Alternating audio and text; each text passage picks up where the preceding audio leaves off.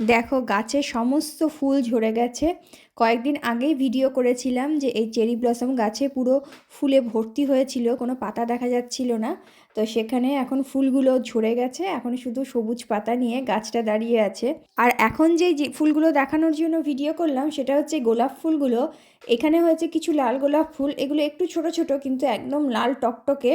আর ওই দিকে রয়েছে বড় বড় হলুদ আর সাদা রঙের গোলাপ ফুল, ওইগুলো দেখে আমার এত ভালো লাগলো সেই জন্য ভাবলাম একটু ভিডিও করে নিই।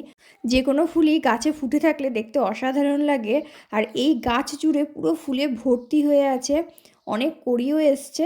আর এই গোলাপ ফুলগুলো না মাটিতে লাগালে দেখেছি অনেক সুন্দর হয়, কারণ আমাদের বাড়িতে টবে আছে, টবেও দু একটা করে ফুল হচ্ছে, কিন্তু মাটিতে লাগালে অনেক বেশি সুন্দর হয়। তো ফুলগুলো দেখে আমার এত ভালো লাগছিল, ফটো ভিডিও তো করছিলামই, তার পাশাপাশি মনে হচ্ছিল যদি একটা ডাল কেটে নিয়ে গিয়ে বাড়িতে লাগিয়ে দিতে পারতাম তাহলে বেশ এত বড় বড় ফুল হতো, দেখতে কি সুন্দরই না লাগতো।